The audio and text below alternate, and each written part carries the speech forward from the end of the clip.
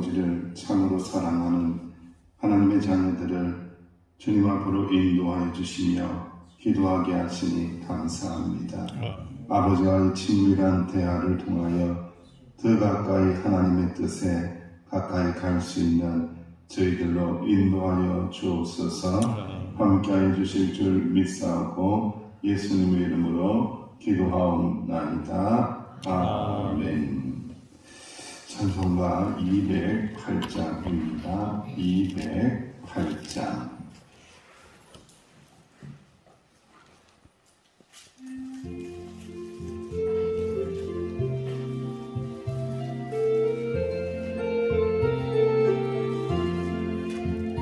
내 주의 나라와 주 계신 성경과 피 흘려 사신 교회를 늘 사랑합니다. 내 주의 교회는 천성과 같아서 눈동자같이 아끼사 늘 보호하시네.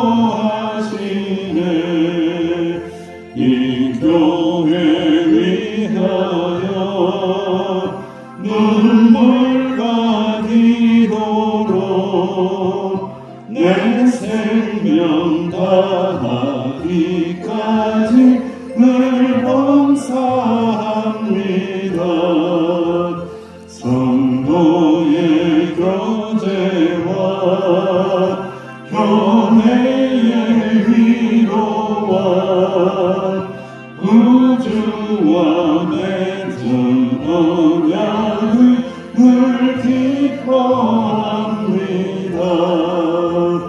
하늘의 영광과 베푸신 은혜가 진리와 함께 영원히 시온에 넘치네. 3절합니다. 이 교회 위하여 눈물과 기도로 내 생명 다하기까지 늘 봉사합니다. 5절합니다. 하늘의 영광과 베푸신 은혜가 진리와 함께 영원히 시온에 넘치네. 합심하여 기도합니다. 주님의 몸된 교회를 사랑합니다. 하나님의 말씀을 사랑합니다. 사랑하시는 주의 종들을 사랑합니다. 공동체를 사랑한다라고 고백하며 합심하여 기도를 드립니다. 아버지 하나님 그렇습니다. 아버지 하나님 맞습니다. 주님의 몸된 교회를 사랑해야 합니다. 주님을 사랑하는 것은 교회를 사랑하는 일입니다.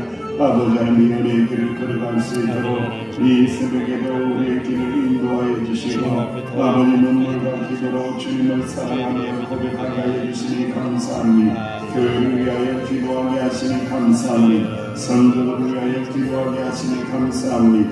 아버지 하나님의 말씀을 붙잡게 하시니 감사합니다. 하나님의 신 말씀, 예수님의 신 말씀, 성령의 몸이 되시는 하나님의 말씀을 마음속에 고이고이 간직하게 하시니 감사합니다. 아버지 하나님 말씀하여 주옵소서. 저희들이 듣겠나이다, 순종하겠나이다. 은혜를 베풀어 주옵소서. 능력 가운데 함께하여 주옵소서. 아버지 하나님 감사합니다. 감사합니다. 주님 감사합니다. 예수님의 이름으로 합심하여 기도하옵나이다. 아멘. 하나님의 말씀 함께 봉독합니다. 사도행전 2장 37절에서 47절.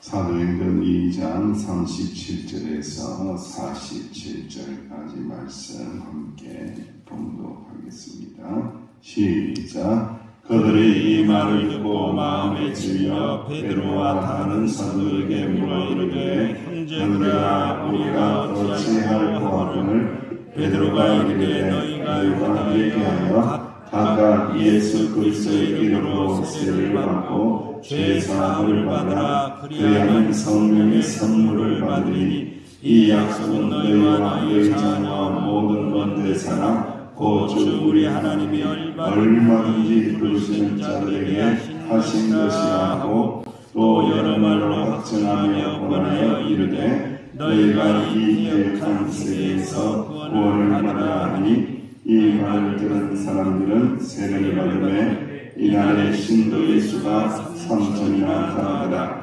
그들이 사도의 가르침을 받아 서로 교제하고 떡을 떼며 오로지 기도하기를 힘쓰니라. 사람마다 두려워하는데 사도들을 말미암아 기사와 표적이 많이 나타나니 믿는 사람이 다 함께 있어 모든 물건을 서로 통용하고 또 재산과 소유를 팔아 각 사람의 필요를 따라 나누며 날마다 마음을 같이하여 성전에 모이기를 힘쓰고 집에서 떡을 떼며 기쁨과 순전한 마음으로 음식을 먹고 하나님을 찬미하며 또 온 백성에게 칭송을 받으니 주께서 구원받는 사람을 날마다 더하게 하시리라. 아멘. 여러분 이단 종교에도 기적이 일어납니다. 여러 가지 신기한 기적이 일어날 수도 있고요. 사탄도 기적을 능력을 행할 수 있습니다. 광야에서 사탄이 예수님을 시험할 때도 신기한 기적을 내세워서 시험을 하죠.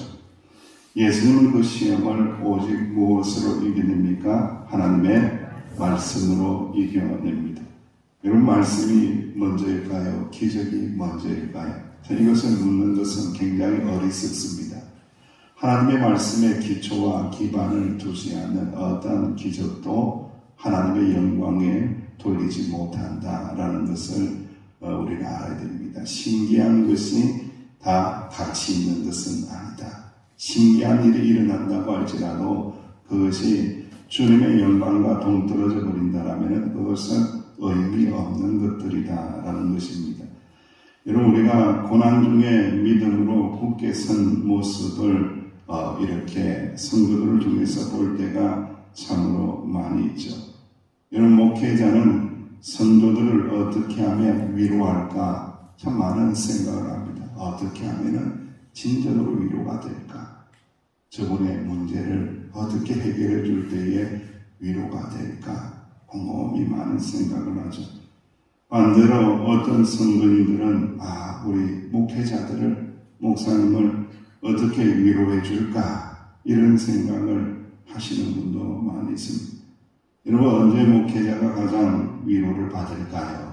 막 위로해주고 위로해줄 때도 물론 힘이 되고 능력이 되지만은 성도들이 하나님의 말씀을 믿는 가장 건강한 신앙인으로서 살아가는 모습을 볼 때에 그때의 목사는 위로가 되고 힘이 됩니다. 굉장히 중요한 부분입니다. 여러분들 오늘 하나님의 말씀 가운데 이 성도의 모습, 교회의 모습, 정상적인 모습, 건강한 모습들을 그대로 다 표현한 말씀이 오늘 사도행전 2장 37절 이하입니다. 그래서 초대교회의 건강한 모습들이 우리 명성교회 그대로 들어오기 위해서는 오늘 본문의 말씀이 굉장히 중요하고 이 말씀을 깊이 묵상하고 또 상고하고 이 말씀대로 되기를 소망할 때에 틀림없이 이 은혜를 우리 가운데 주신다라는 것을 꼭 믿고 의지하실 수 있기를 주님의 이름으로 축원합니다. 베드로가 하나님의 말씀을 전했죠. 부활의 복음을 전했습니다. 그런데 놀랍게도 그 부활의 복음을 듣는 자들이 있었어요? 없었어요? 있습니다. 여러분들 참 선택된 자, 하나님의 은혜를 사모하는 자 있는 거예요. 어디에도 있다는 거예요. 하나님께서 은혜 베푸시고자 할 때에 그 은혜를 받을 수 있는 사람이 어느 곳이든지 준비되어 있다. 영혼들이 준비되어 있다. 제가 전도팀을 할 때에 항상 강조하는 말이 있습니다. 그리고 구호를 외치면서 나가게 할 때가 참 많이 있는데 그 구호가 뭐냐면은 어떤 구호냐면요.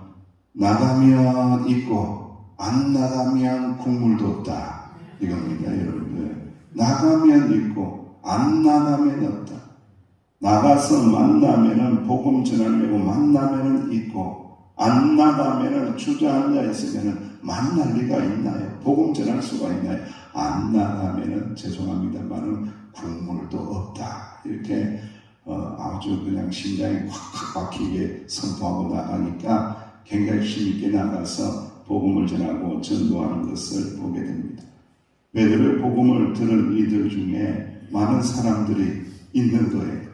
그 사람들의 모습을 보니까 마음에 어떻게 되었더라? 마음에 찔렸다 이거예요.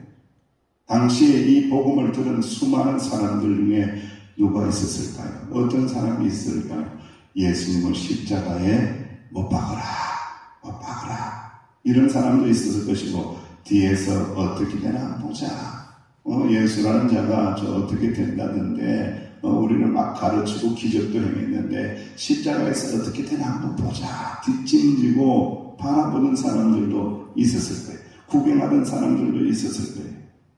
그런데 그 유대인들이 어떤 마음을 가졌다고요? 마음에 찔리는 거예요. 참 표현이 기가 막힙니다. 이 찌른다라는 것은 어떤 의미를 가지고 있냐면 관통하다, 뚫어버리다라는 의미입니다. 마치 가시 같은 것이, 마치 칼 같은 것이 이 관통으로 해서 찔러서 쪼개어서 뚫어버린다는 거예요. 하나님의 말씀은 살아있고 그죠? 능력이 있어서 혼과 영과 관절과 골수를 찔러서 어떻게 한다고요? 쪼개어버린다는 거죠. 말씀이 들어가니까 찔리는 거예요.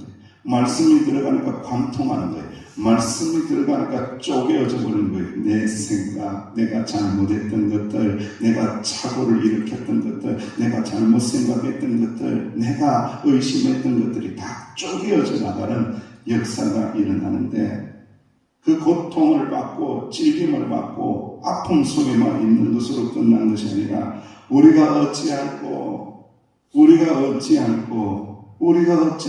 이렇게 이야기합니다.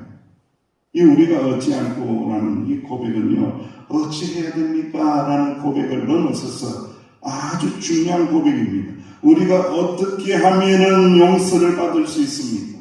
우리가 어떻게 하면 살 수 있습니까? 살고 싶습니다. 우리가 어떻게 하면 용서를 받을 수 있습니까? 우리가 어떻게 하면 살 수 있습니까? 우리가 어떻게 하면 구원을 받을 수 있습니까? 우리가 어떻게 하면 다시 살 수 있습니까? 용서받을 수 있습니까? 라고 고백하면서 질문을 하고 있는 장면이 우리가 어찌할꼬 필사의 부르짖음이에요. 이게 살기 위한 필사의 부르짖음이라는 거예요. 정말로 영혼이 살기 위해서, 생명이 살기 위해서 회개하며 하나님 앞에 엎드릴 때에 필사의 부르짖음이 일어난다라는 거예요. 살기 위한 고통과 살기 위한 이 부르짖음, 간절한 기도의 소리가 울려 퍼질 수밖에 없다는 거예요. 사랑하시는 명성교회 주의종들이요, 이때의 베드로는 뭐라고 선포합니까? 회개하고 예수 그리스도의 이름으로 세례를 받으라. 제사함을 받고 성령의 선물을 받으라. 구원의 은총을 받으라. 새롭게 하시는 성령의 선물을 받으라. 구원의 은혜를 받으라 라고 선포하고 있어요. 할렐루야. 회개하고 예수 그리스도 이름으로 무엇을 받고요? 세례를 받고, 그리고 무엇을 받아요? 죄 사함을 얻고, 그럴 때에 무엇을 주신다고요? 성령의 선물. 아무도 성령님이 아니고는 구주라고 고백할 수 없거든요. 누구든지 그 은혜로 인하여 믿음으로 말미암아 구원을 받았으니 이것이 너희에게서 난 것이 아니요 하나님의 무엇이라고요? 하나님의 선물이라. 이것을 받으라는 거예요. 이 과정이 너무 잘 설명이 되어 있어요. 우리가 예수 믿는 과정이 잘 되어 있어요.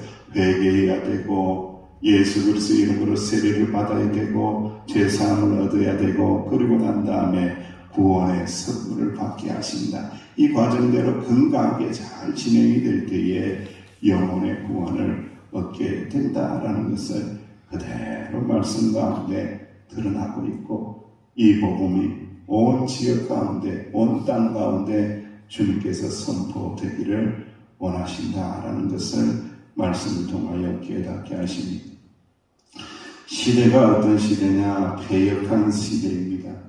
패역한 시대에서 구원을 받으라. 패역했다라는 것은 어떤 의미입니까? 부패하고 그리고 불순종하는 세대를 이야기합니다.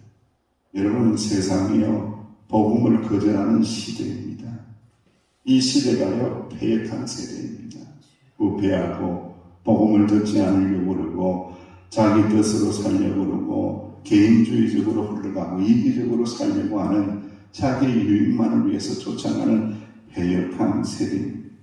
그런데도 불구하고 이 패역한 세대에서 무엇을 받으라고요? 구원을 받으라. 세상이 아무리 부패하고 썩어가지고 그리고 거역한 시대, 불순종의 시대를 산다고 할지라도 주의 복음을 듣는 자가 있다. 주의 복음을 듣고 회개하고 예수 그리스도 이름의 능력을 의지하는 자 구원을 받으라. 구원을 받았도다. 구원을 받았느니라. 할렐루야. 이것이 얼마나 큰 기적인지 모릅니다. 여러분 이 놀라운 은혜 가운데 구원을 받은 자들이 무려 몇 명이나 되었더라? 3,000명이나 되었더라. 당시로서는요 어마어마한 숫자입니다. 당시에 예루살렘에 머물러 있던 유대인들이 한 6만 정도에서 한 10만 정도, 많게는 20만 정도 꽤 많이 추정을 하더라고요. 여러분 그 많은 사람들 중에 3,000명이나 주님에게 돌아오는 역사가 되었죠. 여러분 3,000명이 무엇이 되겠습니까? 복음의 씨앗입니다. 하나님 나라의 씨앗입니다. 이 3,000명이 무엇이겠습니까? 교회의 씨앗입니다. 이 씨앗들을 통해서 하나님께서 생명의 역사를 일으켜 나가신다는 거죠. 그 3,000명의 씨앗이 된 거예요. 여러분 우리 명성교회도 새벽 기도에 복음의 씨앗, 기도의 씨앗, 회개의 씨앗, 눈물의 씨앗을 이렇게 심어주셨죠. 여러분들 이 자리를 지켜내는 것이 얼마나 귀한 자리인지 모릅니다. 이 자리를 지켜낼 수 있다는 것은 내가 씨앗이다. 내가 이 명성교회 복음의 씨앗이고 기도의 씨앗이고 부흥의 씨앗이다. 내가 씨앗이다. 씨앗이 썩어질 때에 씨앗이 그대로 있으면 아무 역사가 일어나지 않지만 씨앗이 썩어질 때에 어떻게 된다고요? 30배, 60배, 100배의 열매를 맺게 되느니라. 할렐루야. 새 시대의 역사가 일어나서 새 시대의 공동체, 이제 드디어 교회가 태동하게 되는데 새로운 시대가 일어나면서 이제는 하나님 나라를 바라보는 놀라운 역사가 일어나죠.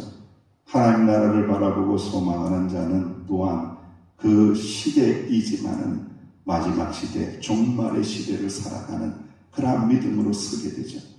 여러분 종말 신앙이 들어올 때에 이러한 역사가 일어납니다. 새로운 시대가 도착하자마자 우리는 하나님 나라를 바라보는 사람이구나 라는 이 예수 그리스도의 부활의 복음이 들어올 때에 그때부터 종말의 시대를 살게 되는 겁니다. 하나님 나라를 소망하면서 이 땅의 나라 가운데 하나님 나라의 씨앗을 심기 위한 그런 사람으로 바뀌어지는 거죠.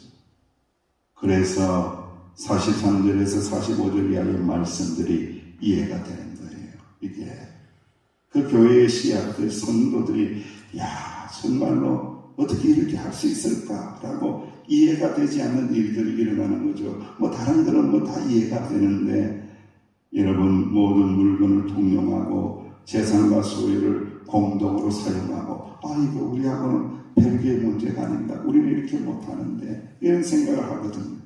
그런데 왜 이런 일이 일어났다고요? 새로운 교회의 시대가 시작이 되고 하나님 나라가 그 땅 가운데 이 땅 가운데 들어오는 마지막 종말의 시대이구나 라는 것을 깨달을 때에 이러한 일들이 일어나는 거예요. 그러다고 해서 여러분들 이렇게 똑같이 하는 것은 아니에요. 하지만은 그럼에도 불구하고 여러분들이 교회를 위하여 주일마다 교회에 나와서 열의 하나를 드리고 감사의 예물을 드리고 선교의 예물을 드리고 장학 헌금을 드리고 하나님 앞에 고이고이 모아놓았던 그 마음을 기울여서 헌금을 하는 이유가 바로 거기에 있는 겁니다. 이 헌금을 통하여 이 예물을 통하여 하나님 나라가 성숙해지고 하나님 나라가 성장하고 땅끝까지 주의 복음이 전해지길 원합니다라는 그 믿음을 가지고 우리는 주님 앞에 예물을 드리는 줄로 믿습니다. 그 믿음이 꼭 있어야 됩니다.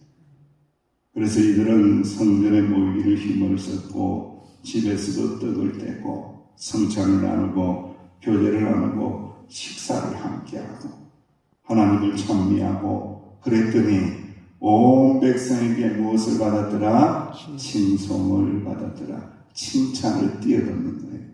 이게 칭송이라는 것은 칭찬의 가치를 이야기하는 겁니다. 여러분들 너무 존경하는 마음으로 칭찬을 받는 것을 칭송이라고 하는 거예요. 야, 저분들 존경할 만하다. 존경할 만하다. 명성교회 지체들 존경할 만하다. 존경할 만하다. 그 어려움과 그 고난 가운데서 서로 사랑하고 서로 떡을 떼고 서로 위로하고 서로 격려해주고 서로 축복해주고 서로 기도해주면서 살아가는 주의 종들이 저곳에 많이 있구나. 정말로 존경할 만하도다. 존경할 만한 교회 명성교회 이루다. 할렐루야.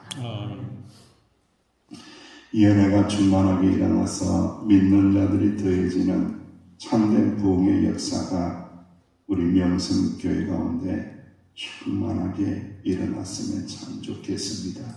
제가 존경하는 우리 교수님 중에 박동현 교수님이라고 있습니다. 구약학을 전공하신 분인데 그분이 이런 글을 썼어요. 마음이 높으면 곧 늘 인정받고 존중받고 대접받기를 바라면 살기가 매우 힘듭니다. 이렇게 마음이 높은 것은 하나님 때문에 자신을 기준히 여기는 것과는 다릅니다.